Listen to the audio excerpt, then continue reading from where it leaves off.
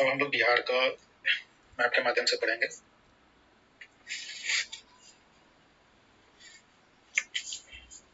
Border देखते हैं। नेपाल जो है 7 जिले कवर होते हैं नेपाल से। पश्चिम चंपारण, पूर्वी चंपारण, सीतामढ़ी, मधुबनी, सुपौल, अररिया एंड किशनगंज। देन पश्चिम बंगाल से किशनगंज, पूर्णिया और कटिहार।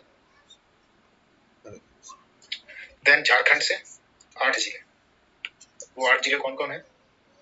इधर से आते हैं रोहतास, औरंगाबाद, गया, नवादा, जमुई, बांका, भागलपुर एंड कटिहार।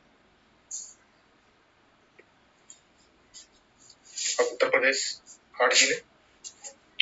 पश्चिम चंपारण, गोपालगंज, सीवान, सारण, भोजपुर, बक्सर, कैमूर और फिर रोहतास। तो इस तरीके से हम लोग बॉर्डर को देखेंगे।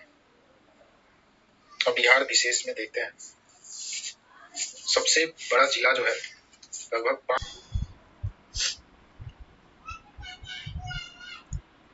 देखो बिहार के जो सीमावर्ती जिले हैं उसको हम लोग देखते हैं।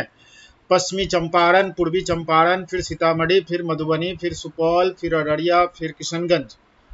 ये टोटल 7 जो है ये नेपाल से जुड़े हुए हैं। फिर हम लोग 3 जो देखेंगे पश्चिम बंगाल से जुड़े हुए हैं, वो किशनगंज, पूर्णिया, फिर कटिहार।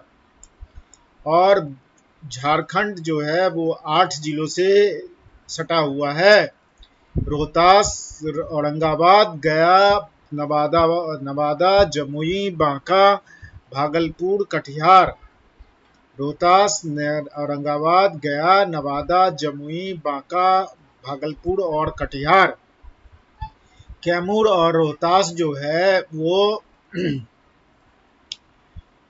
सटा हुआ है। फिर हम लोग देखते हैं उत्तर प्रदेश से जो सटे हुए हैं वो ऊपर से आते हैं पश्चिमी चंपारण, फिर गोपालगंज, फिर सिवान, फिर सिवान, फिर सारण, फिर भोजपुर, फिर बक्सर, फिर कैमूर और फिर रोहतास। रोहतास भी जुड़ा हुआ है उत्तर प्रदेश से और झारखंड से भी जुड़ा हुआ है। रोहतास रोहतास जो है झारखंड से भी जुड़ा हुआ है। उसी तरीके से कटिहार कटिहार जो है इधर पश्चिम बंगाल से भी जुड़ा हुआ है और झारखंड से भी जुड़ा हुआ है। और उधर पश्चिमी चंपारण ये नेपाल से भी जुड़ा हुआ है और उत्तर प्रदेश से भी जुड़ा हुआ है। तो एक तरीके से देखें तो ये जो 3 रोहतास और पश्चिमी चंपारण और कटिहार ये दो चीजों से जुड़ा हुआ है।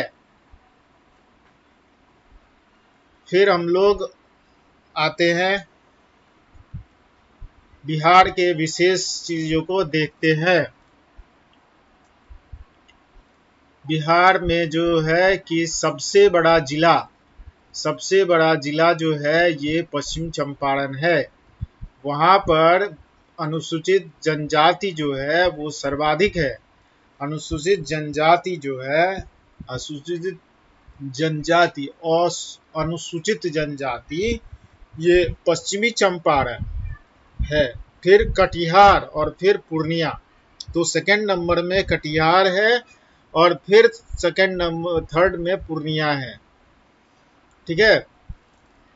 अब हम लोग आते हैं पूर्वी चंपारण में कुछ नहीं है। फिर डायरेक्ट आते हैं हम शिवहर।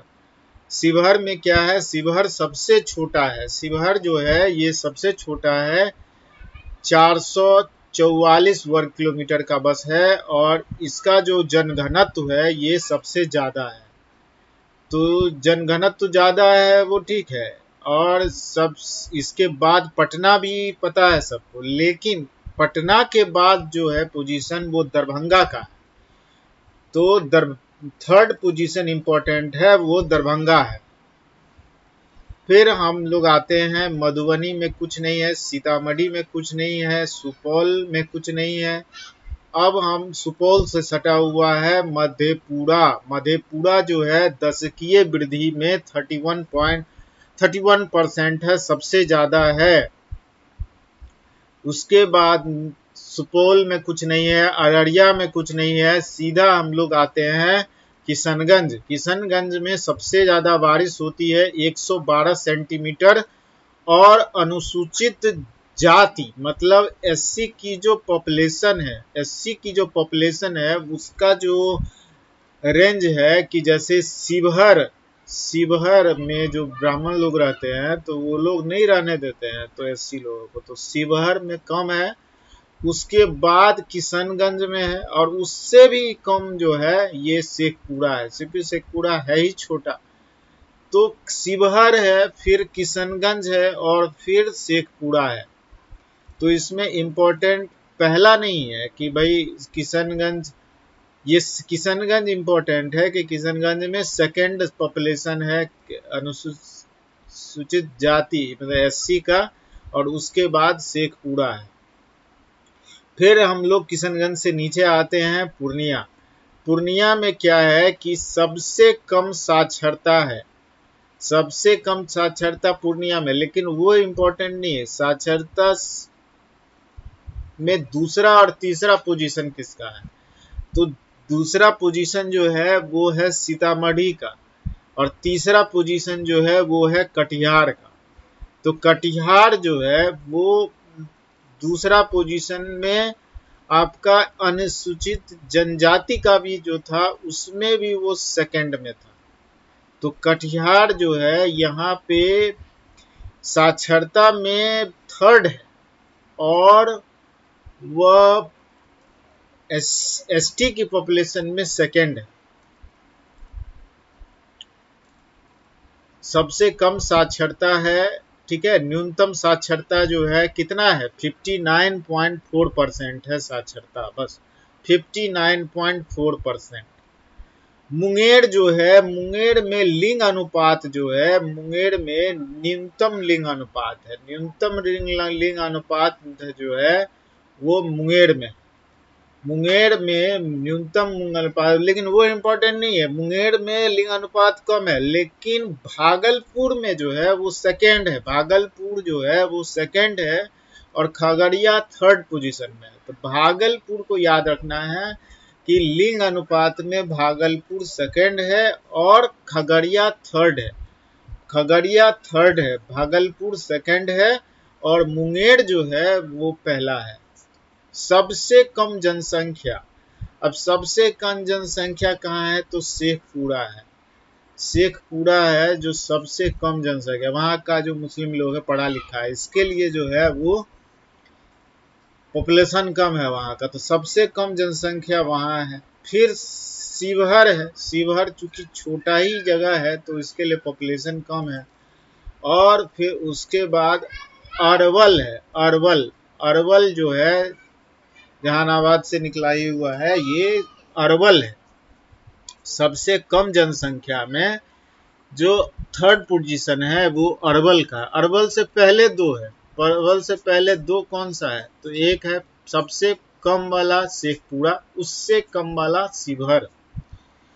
फिर है जो सर्वाधिक जनसंख्या, सर्वाधिक जनसंख्या पता है कि सबसे ज्यादा पटना में है, लेकिन पटना के बाद सबसे ज्यादा किसका है तो पश्चिमी चंपारण में है और फिर मुजफ्फरपुर में है, पश्चिमी चंपारण में है और फिर मुजफ्फरपुर में है। सर्वाधिक नगरीकरण जो है वो पटना में है, सर्वाधिक नगरीकरण जो है पटना में है, 43% जो है ये है। फिर सबसे कम तापमान, सबसे कम तापमान जो है और इनफैक्ट ज्यादा तापमान भी ये होता है गया का, तापमान में अंतर होता है।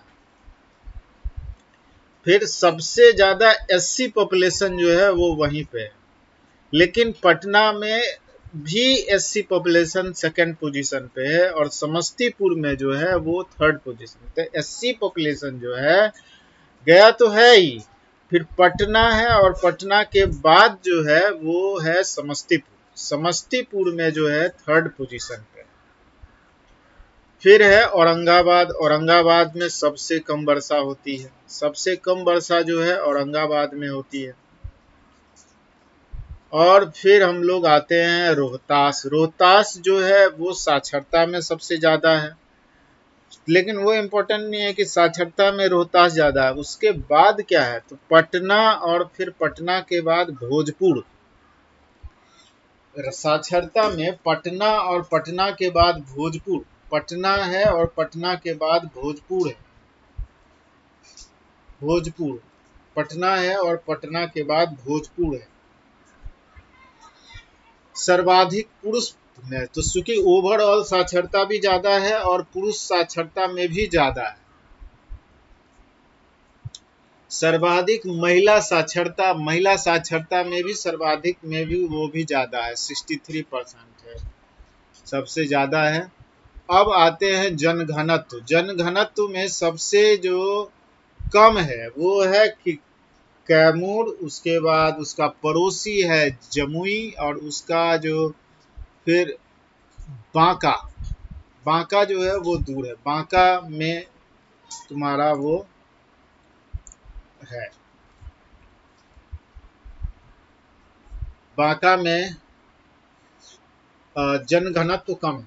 तो जनघनत्व के मामले में बांका है उल्टा से, बांका, जमुई, फिर कैमूर, कैमूर जमुई फिर बांका। ठीक है। अब हम आते हैं गोपालगंज। गोपालगंज में जो है लिंग अनुपात जो है 1021 है, 1021 लिंग अनुपात है। गोपालगंज है, सिवान है और फिर सारण है। गोपालगंज, सिवान और फिर सारण। गोपालगंज, गोपालगंज है, सारण है, सिवान है और फिर सारण है। गोपालगंज मतलब ये पड़ोसी है, लिंग अनुपात में तीनों उधर सही है।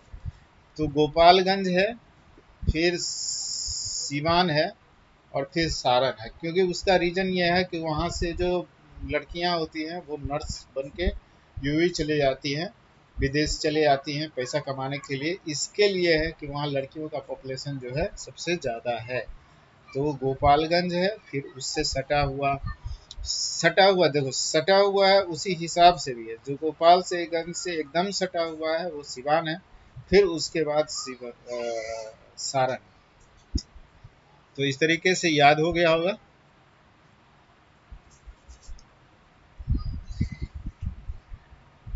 अब हम लोग देखते हैं, जो हम लोगों को याद नहीं होगा वही हम लोग देखेंगे। इसमें देखो दरभंगा है, कुशेश्वर स्थान, ये सबको पता है, याद नहीं करना है। अब कहता है गोखुर झील कहाँ है भाई, तो गोखुर झील जो है ये है सहरसा। गोखुर झील कहाँ है, सहरसा। अब कहेगा कि गोंगा झील कहाँ है, गोगा झील, गोंगा झील जो है ये कटिहार में। कांवड़ झील सबको पता है, ये बेगूसराय में है।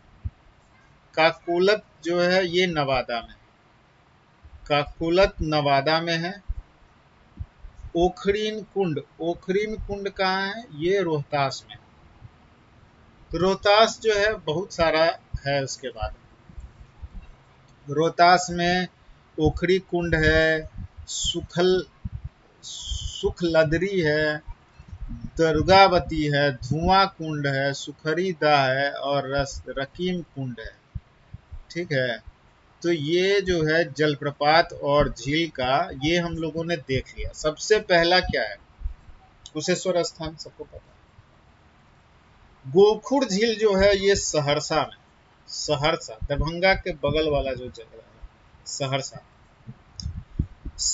वहां हो गया। फिर गोंगा झील जो है वो है आपका कटिहार में।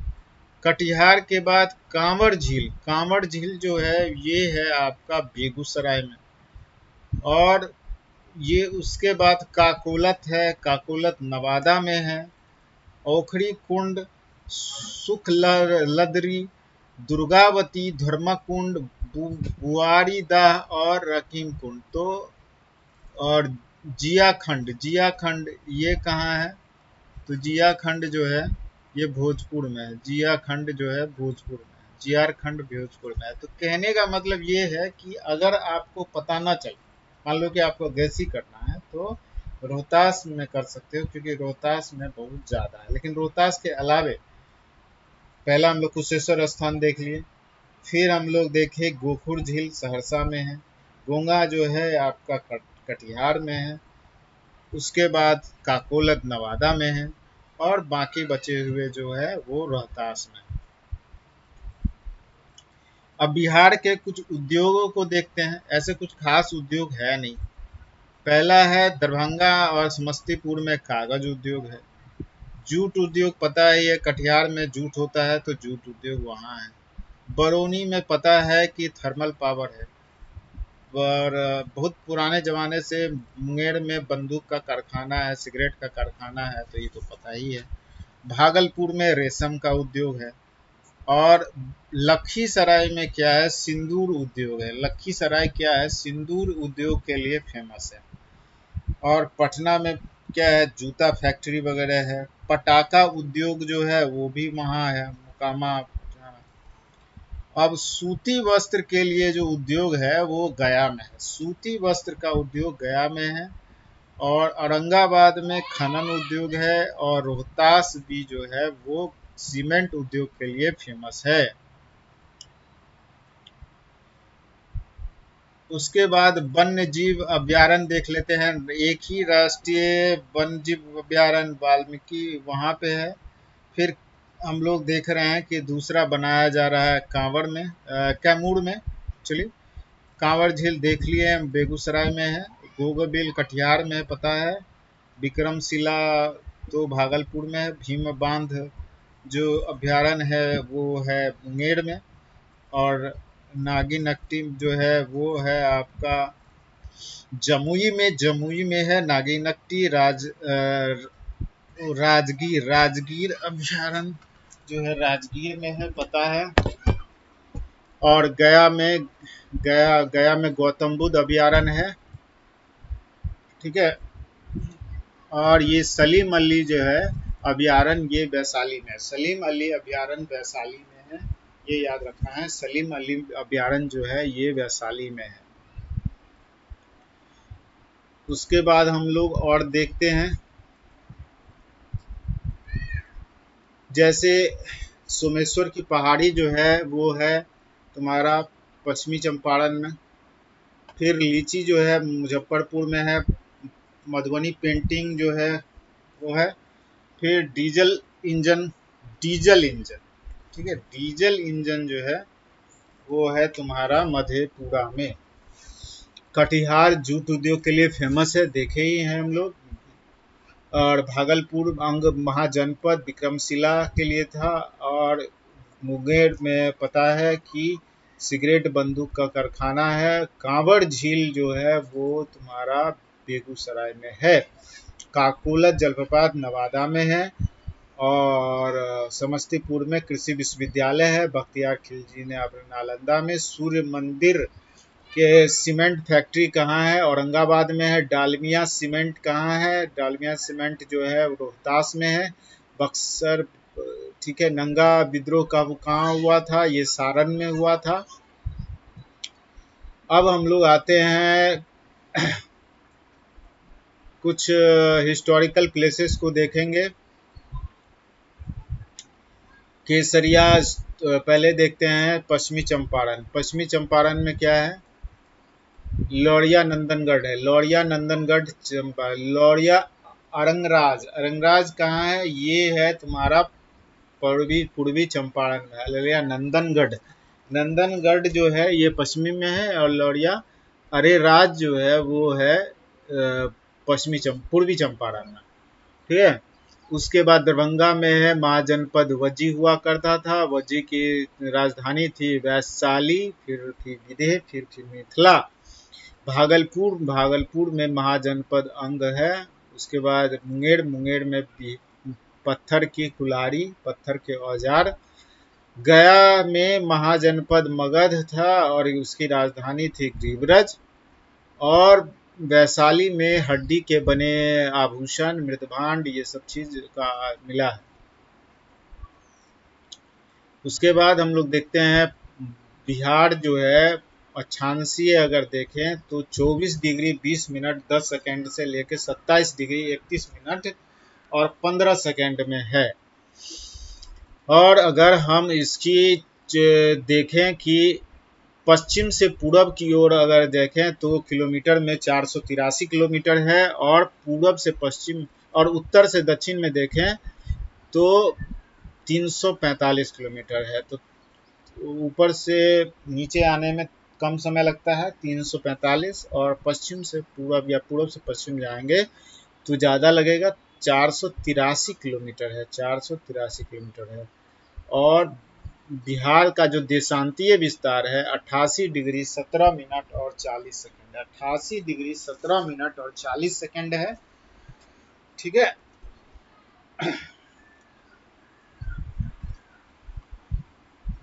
अब आते हैं बिहार का भौगोलिक क्षेत्रफल, भौगोलिक विभाजन। तो भौगोलिक विभाजन जो है इसमें मैदानों को हम लोग देखते हैं। उत्तरी पर्वतीय भाग शिवालिक कहलाता है। ठीक है। इसी में आता है रामनगर दून, दून घाटी और सोमेश्वर की पहाड़ी। त्रिवेणी नहर का उद्गम जो है यहीं से है।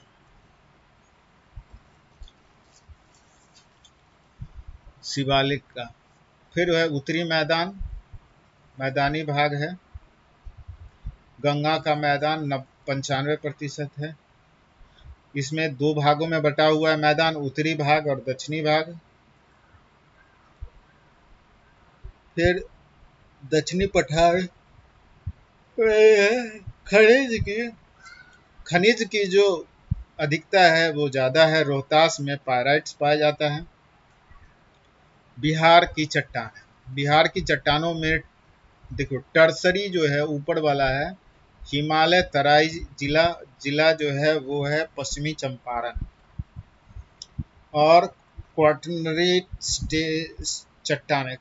चट्टाने जो हैं ये सबसे ज़्यादा जो एरिया कवर होता है क्वाटरनरी चट्टाने का ही है।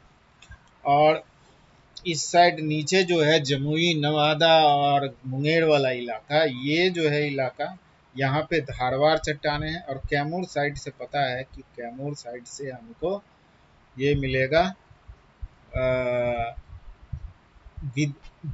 विंध्या श्रेणी जो है वो मिलेगा। तो सबसे पुरानी जो है चट्टान जो है ये यही है, सबसे पुरानी चट्टान है।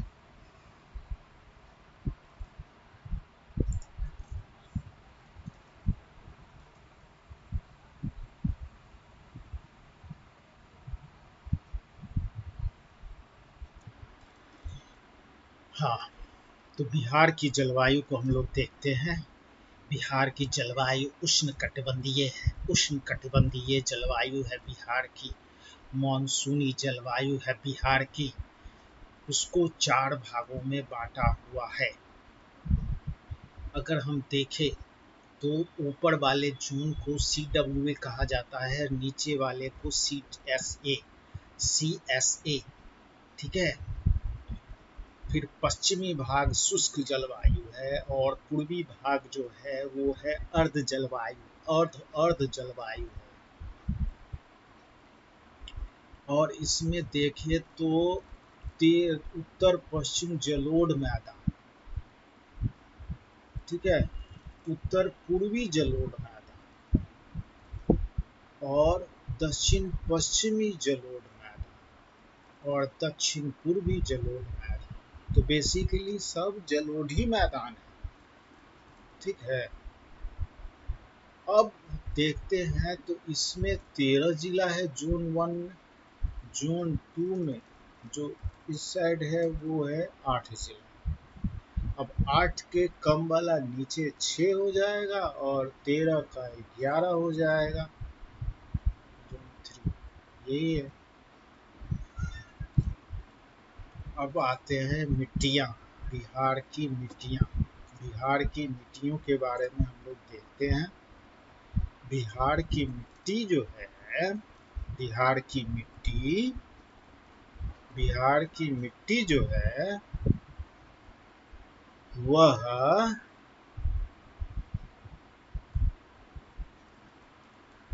टाल मिट्टी है।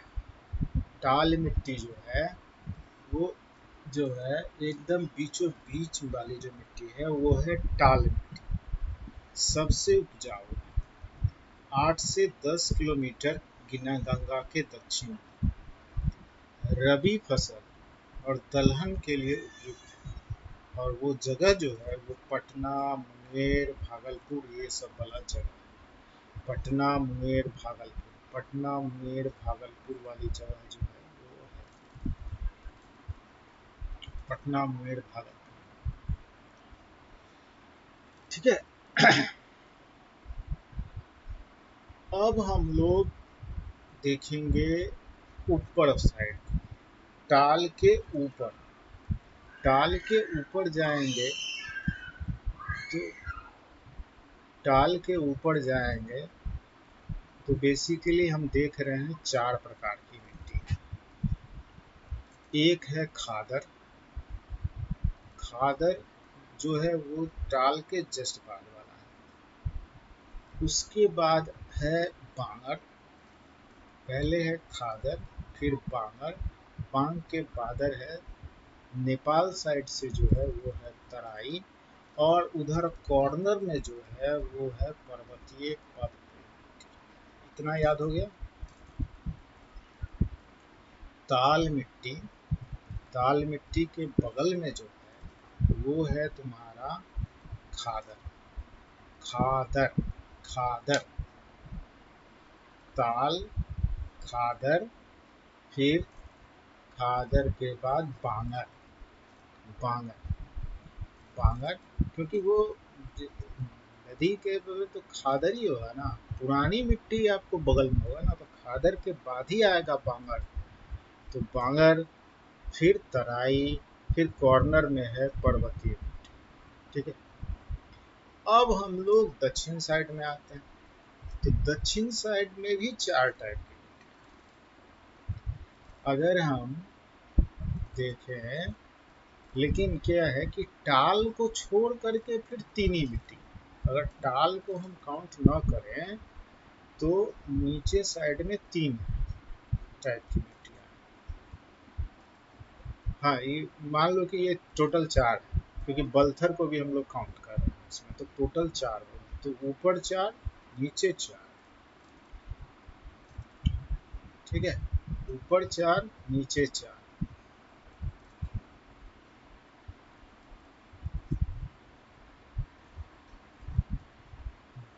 उसके बाद है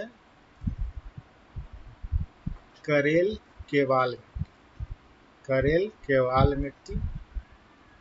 ठीक है, जो पुरानी जलोढ़ है, पुरानी जलोढ़ है, क्योंकि इस साइड से नदी तो है नहीं, नदी तो उस साइड से है ना, तो उस साइड से है, तो उधर तो उधर बाइफर्केशन है खादर फिर बांगर का, इधर तो पुरानी जलोढ़ मिट्टी ही रहेगी। तो पुराने जलोढ़ मिट्टी जो है वो बीच का पोर्शन है। इधर पूर्वी वाला जो भाग है उसमें है लाल पीली मिट्टी, हाँ, लो ऑक्साइड, और रोहतास साइड से जो है, कैमूर साइड से 2 टाइप की मिट्टियाँ हैं, एक कैमूर पठार क्षेत्र और एक बलथर मिट्टी, बलथर मिट्टी और लाल बलुई मिट्टी, लाल बलुई मिट्टी और बलथर क्षेत्र, याद हो गया। और बांगर जो है, बांगर आपका इधर चंपारण, दरभंगा, इस सब में भी मिलती है। बल सुंदरी, इसको हम लोग बांगर जो है ना, बांगर को बल सुंदरी भी कहते हैं, नाम का है डिफरेंस। बल सुंदरी, बागर मिट्टी को ही बाल सुंदरी मिट्टी कहते हैं। अब आते हैं जलप्रपात, जलकुंड। तो जलकुंड और जलप्रपात में, जलकुंड, जलकुंड, जलकुंड, जलकुंड, जलकुंड, जलकुंड, जलकुंड, जलकुंड, जलकुंड, जलकुंड, जलकुंड, जलकुंड, जलकुंड, जलकुंड, जलकुंड, जलकुंड, जलकुंड, कुशेश्वर तो हम लोग देख चुके हैं। बरेल झील है वैशाली में। कांवड़ झील तो हम लोग देख चुके हैं। सहरसा में है सिमरी बख्तियार झील। कटिहार में है गोगा झील, देख चुके हैं। भागलपुर में है जगतपुर झील। और मुंगेर में जो है ये बहुत सारे कुंड हैं। बेसिकली अगर देखो तो सीता और राम के, लक्ष्मण, इस सब नाम पे है मुंगेर में। और नालंदा में जो है, नालंदा में क्या है, घोड़ा कटोरा झील है, सूर्य कुंड है, सप्तधारा है, ब्रह्मकुंड है, गोमुख है। मतलब बेसिकली सूर्य के तरफ मुख करके जो ब्रह्मा को पूजा करते हैं और चढ़ाते हैं पानी, वो बेसिकली आइडिया है। मखदूम कुंड ये सब है। घोड़ा कटोरा झील है। मुची लिंडा झील जो है ये है गया में। और तपोवन गर्म जलकुंड जो है वो भी गया में है। और करकटगढ़ जलप्रपात जो है ये कैमूर में है। करकटगढ़ जलप्रपात ये कैमूर में है। अनुपम झील ये भी कैमूर में है। अनुपम झील का नाम सुना होगा, ये अनुपम झील जो है कैमूर में है। अनुपम झील कैमूर में है। अनुपम झील कैमूर में है। अनुपम झील कैमूर में है। आगे देखते हैं कृषि उत्पादक एंड उत्पादकता। उत्पादकता अलग से देखेंगे हम, और उत्पादक हम अलग से देखेंगे।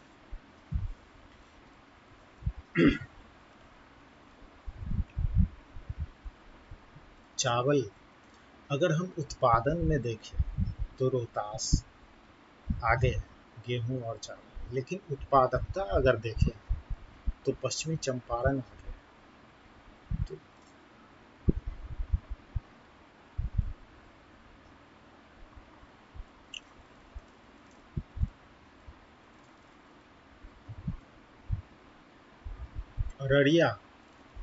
अररिया जो है वो मक्का के उत्पादन और उत्पादकता में दोनों में ही ज़्यादा है। अररिया मक्का के उत्पादन में और उत्पादकता में दोनों में ही ज़्यादा है।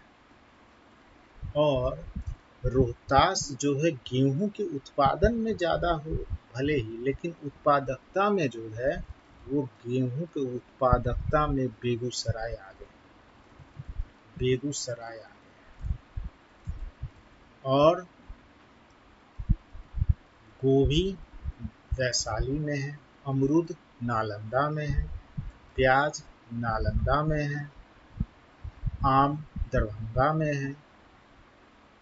दलहन बेगूसराय में ज़्यादा है। पटना में आलू ज़्यादा है। ठीक है। पश्चिमी चंपारण में गन्ना ज़्यादा है। तो बेसिकली अगर देखें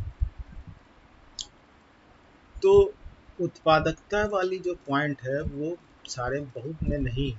उत्पादकता केवल गेहूं चावल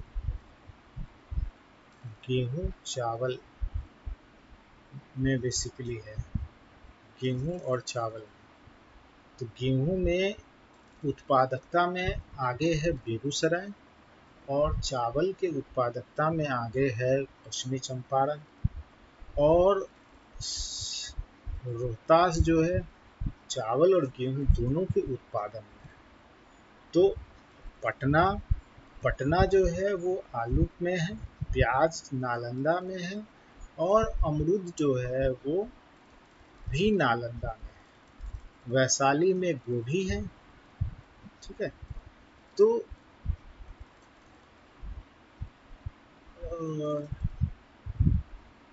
और गन्ना जो है पश्चिमी चंपारण में है। मक्का अररिया में है। ठीक है। अब हम लोग आते हैं दूध और मछली के उत्पादन में। तो सबसे ज़्यादा मछली जो है ये मधुबनी में है। और तालाब से सबसे ज़्यादा सिंचाई जो होता है वो होता है दरभंगा। ठीक है। और नहर से जो सबसे ज़्यादा सिंचाई होता है वो होता है रोहतास में। और नलकूप से जो सबसे ज़्यादा सिंचाई होता है वो होता है बेगूसराय। एनपीके खाद में पूर्णिया जो है, एनपीके खाद में पूर्णिया जो है वो ज़्यादा है, और यूरिया जो है वो रोहतास में, रोहतास में है। और सबसे ज़्यादा जो सिंचित क्षेत्र है वह रोहतास में ही है, रोहतास में ही है सबसे ज़्यादा सिंचित। और सबसे कम सिंचित जो है वो शिवहर में, शिवहर में है सबसे कम। ठीक है। तो मधुबनी में सर्वाधिक भैंस दूध देती है, और भैंस देती है, और सबसे ज़्यादा दूध उत्पादन में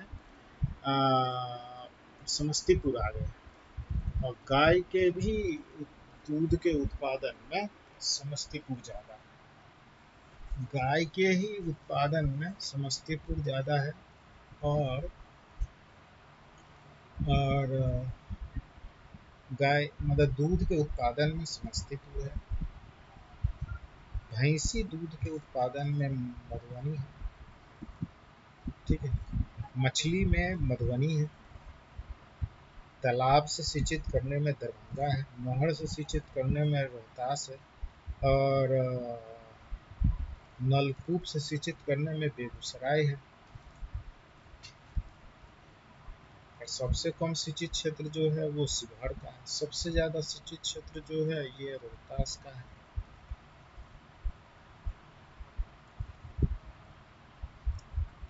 फॉरेस्ट कवर है। हाँ, अब राष्ट्रीय उद्यान, वन जीव अभयारण्य, पक्षी अभयारण्य हम लोग देखते हैं। देखो, उदयपुर अभयारण्य जो है वो है पश्चिमी चंपारण में, और राष्ट्रीय वाल्मीकि राष्ट्रीय पार्क और अभयारण्य जो है वो पश्चिमी चंपारण में है। फिर हम लोग आते हैं बीच में, तो बीच में वैशाली है, वैशाली में है बरेला सलीम अली पक्षी अभयारण्य। ठीक है। और बेगूसराय में है कांवड़ झील, कांवड़ झील बेगूसराय में। भागलपुर में है विक्रम मुंगेर जो है भीम बांध वन्य जीव अभयारण्य है। नागी नकटी जमुई में है। रजौली अभयारण्य जो है ये नवादा में है।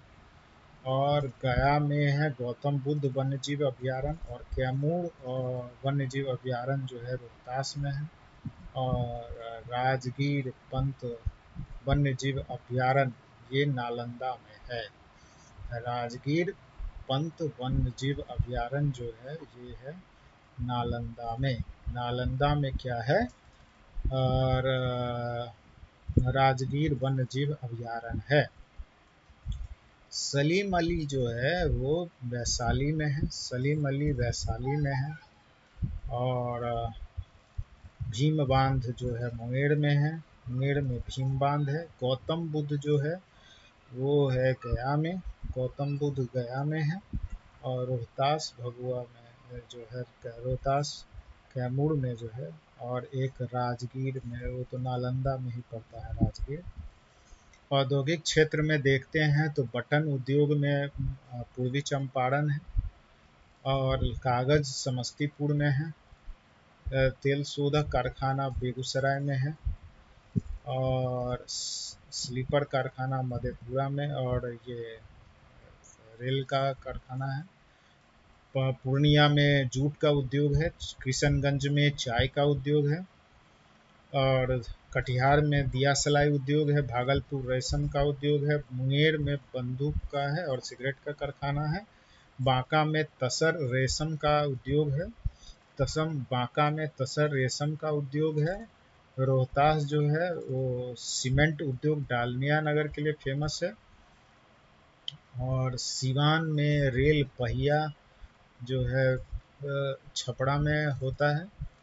और सारण में भी रेल पहिया होता है, सारण में, सिवान में। और स्लीपर का कारखाना जो होता है वो है मधेपुरा में। ये पुराना है। अब हम लोग जातिगत जनगणना के बारे में देख लेते हैं। जातिगत जनगणना जो हुई थी उसका चालू जो हुआ था, अधिसूचना कब निकली थी? तो अधिसूचना निकली थी 6 जून 2022 को, और पहला चरण चालू हुआ था 7 जनवरी 2023। ठीक है।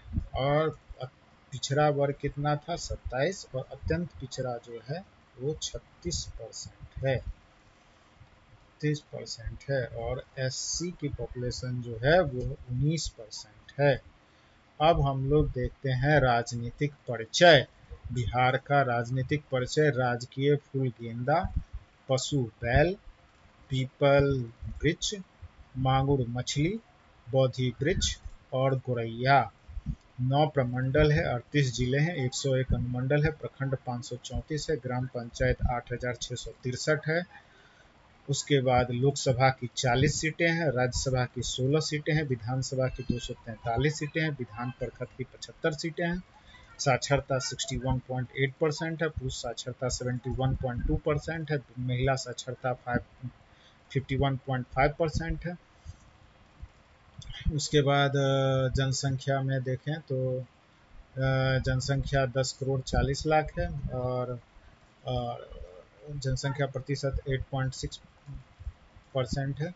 उसके बाद देश में जनसंख्या जो है 3% है, तीसरा स्थान है, और लिंग अनुपात 918 है, और शिशु लिंग अनुपात जो है ये है 935। दशकीय वृद्धि जो है वो 25.4 है।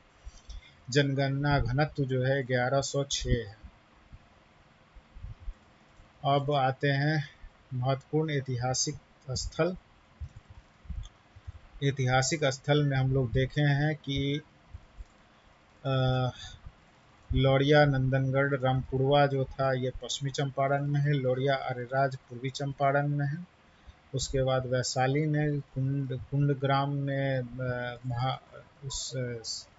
इसका हुआ था, द्वितीय बौद्ध संगीति वैशाली में हुआ था। वसाड़ के अवशेष हैं, लघु स्तंभ लेख भी है, और पटना में प्रथम और तृतीय बौद्ध जो हुआ था वो पटना में ही हुआ था, मतलब एक तरह से राजगृह और पटना। ठीक है।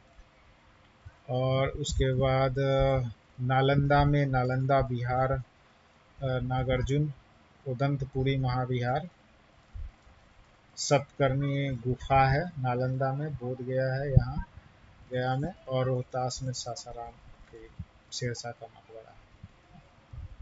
अगर हम पर्यटन के स्थिति से देखें तो देवकुली शिव मंदिर पश्चिमी चंपारण में है, अरेराज लोरिया अरेराज का वहाँ देखें, राम जानकी मंदिर सीतामढ़ी में है,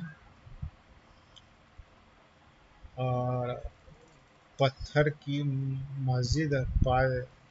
मस्जिद पादरी की हवेली ये है, और अरण्य देवी मंदिर ये कहाँ है? पटना में है। ठीक है। माधेश्वर मंदिर क्या है? दरभंगा में है माधेश्वर मंदिर।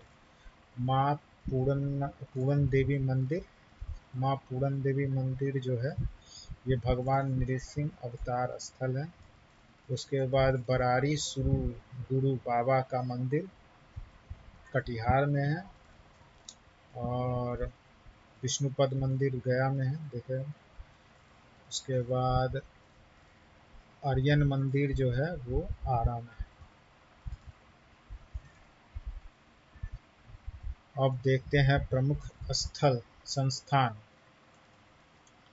संस्थान में अगर हम देखें तो राष्ट्रीय औषधि शिक्षा अनुसंधान संस्थान, राष्ट्रीय औषधि शिक्षा एवं अनुसंधान संस्थान वैशाली में है। ठीक है। लीची का अनुसंधान केंद्र मुजफ्फरपुर में है, और कृषि विश्वविद्यालय पूसा समस्तीपुर में है। ठीक है।